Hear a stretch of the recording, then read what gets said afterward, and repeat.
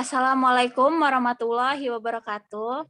Saya Nanda Nabila dan teman saya Tika Anggraini akan menjelaskan tentang proyek kelompok kami tentang UU nomor 8 tahun 1999 tentang perlindungan konsumen. Materi pertama akan dibacakan oleh Tika. Pada Tika saya persilahkan. Perlindungan Konsumen UU nomor 8 tahun 1999. Pelaku usaha adalah setiap orang atau badan hukum yang didirikan dan berkedudukan untuk melakukan usaha di Indonesia menyelenggarakan kegiatan usaha dalam berbagai bidang ekonomi. Konsumen adalah setiap orang pemakai barang atau jasa yang tersedia dalam masyarakat. Pasal 1 ayat 1999 menyatakan bahwa perlindungan konsumen adalah segala upaya yang menjamin adanya kepastian hukum untuk memberikan perlindungan kepada konsumen.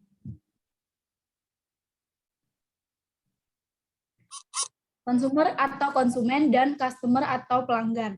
Di dalam realitas bisnis, tidak jarang dibedakan antara konsumen dan pelanggan, yaitu konsumen adalah semua orang atau masyarakat termasuk pelanggan, sedangkan pelanggan adalah konsumen yang telah mengkonsumsi suatu produk yang diproduksi oleh produsen tertentu.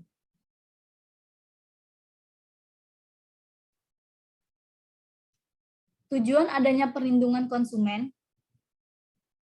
yang pertama meningkatkan kesadaran, kemampuan, dan kemandirian konsumen untuk melindungi diri. Yang kedua, mengangkat harkat dan martabat konsumen. Ketiga, meningkatkan pemberdayaan konsumen dalam memilih dan menetapkan sistem perlindungan konsumen yang mengandung kepastian hukum. Yang kelima, menumbuhkan kesadaran para pelaku usaha sehingga dalam perusahaan jujur dan bertanggung jawab. Dan yang kelima adalah meningkatkan kualitas barang atau jasa. Hak dari pelaku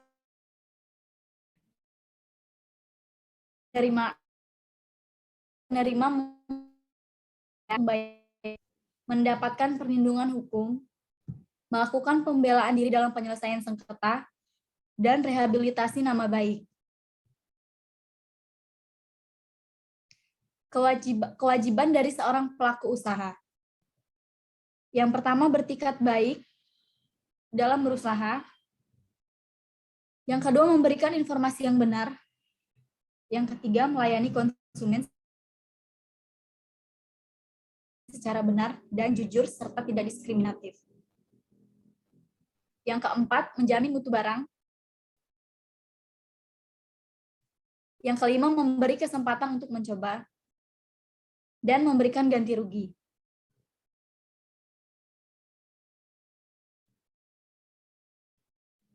Tahap transaksi konsumen.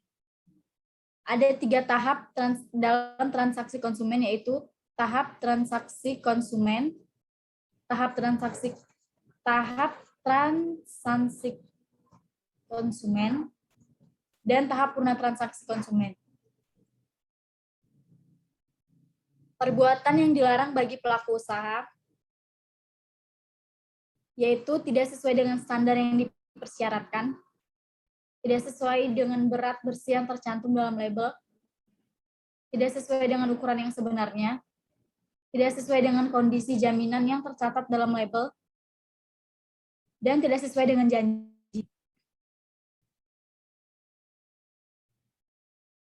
Tidak sesuai dengan mutu komposisi yang tercantum dalam label, tidak mencantumkan waktu kadaluarsa, tidak mengikuti ketentuan halal, tidak memasang label, dan terakhir tidak mencantumkan informasi dalam bahasa Indonesia. Baiklah, materi selanjutnya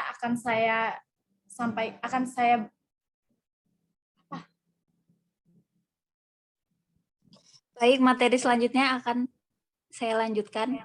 Larangan dalam menawarkan atau mengiklankan barang secara tidak benar atau seolah-olah barang tersebut. Yang pertama, telah memenuhi standar. Selanjutnya, dalam keadaan baik atau baru. Selanjutnya, telah memiliki sponsor. dibuat perusahaan yang mempunyai sponsor telah tersedia, tidak mengandung cacat, merendahkan barang yang lain, menggunakan kata-kata berlebihan, menawarkan sesuatu yang mengandung janji yang tidak pasti. Selanjutnya, larangan dalam periklanan. Yang pertama, mengelabui konsumen tentang kualitas barang. Yang kedua, mengelabui jaminan terhadap barang. Yang ketiga, membuat informasi yang salah. Keempat, tidak membuat info tentang resiko. Kelima, mengeksploitasi kejadian tanpa izin. Keenam, melanggar etika atau peraturan. Selanjutnya,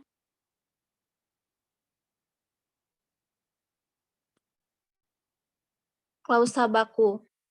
Pelaku usaha dilarang mencantumkan klausa baku pada perjanjian apabila menyatakan: pertama, pengalihan tanggung jawab. Kedua, penolakan penyerahan kembali barang. Ketiga, berhak menolak penyerahan kembali uang. Keempat, memberikan kuasa untuk melakukan tindakan sepihak. Kelima, mengatur perihal pembuktian. Keenam, memberi hak untuk mengurangi manfaat. Ketujuh, membuat aturan sepihak. Kelapan, memberikan pembebanan hak tanggungan. Selanjutnya, tanggung jawab pelaku usaha. Pelaku usaha bertanggung jawab atas produk yang dihasilkan atau diterdagangkan. Gugatan terhadap pelaku usaha timbul dikarenakan kerugian yang dialami konsumen sebagai akibat dari: pertama, produk yang cacat. Kedua, kurang cermatan dalam memproduksi sehingga pelaku usaha dapat dikatakan sebagai telah melakukan perbuatan melawan hukum atau ingkar janji atau wan prestasi. Selanjutnya, penyelesaian sengketa. Cara penyelesaian sengketa konsumen memberi manfaat bagi konsumen, pelaku usaha maupun pemerintah, yaitu: 1. Mendapatkan ganti kerugian. 2. Melindungi konsumen lain agar tidak mengalami kerugian yang sama. 3. Agar pelaku usaha lebih memperhatikan kepentingan konsumen. Keempat, pengaduan dapat menjadi tolak ukur untuk perbaikan mutu. Kelima, dapat sebagai informasi dari adanya produk tiruan. Selanjutnya, jenis jalur penyelesaian sengketa konsumen. Yang pertama, ada peradilan. Yang kedua, Badan Penyelesaian Sengketa Konsumen atau BPSK. Dan yang terakhir ada alternatif penyelesaian sengketa atau arbitrase. Selanjutnya, sanksi yang diberikan bagi pelanggar terhadap perlindungan konsumen. Yang pertama, sanksi administratif. Antara lain penetapan ganti rugi sanksi pidana pokok, antara lain pidana penjara paling lama 5 tahun atau pidana denda paling banyak 2 miliar rupiah, pidana dengan pidana penjara paling lama 2 tahun atau pidana denda paling banyak 500 juta rupiah. Yang kedua, sanksi pidana tambahan berupa perampasan barang tertentu, pembayaran ganti rugi, perintah penghentian kegiatan tertentu, kewajiban penarikan barang dari edaran, dan pencabutan izin usaha. Sekian dari kelompok kami. Saya akhiri. Wassalamualaikum warahmatullahi wabarakatuh.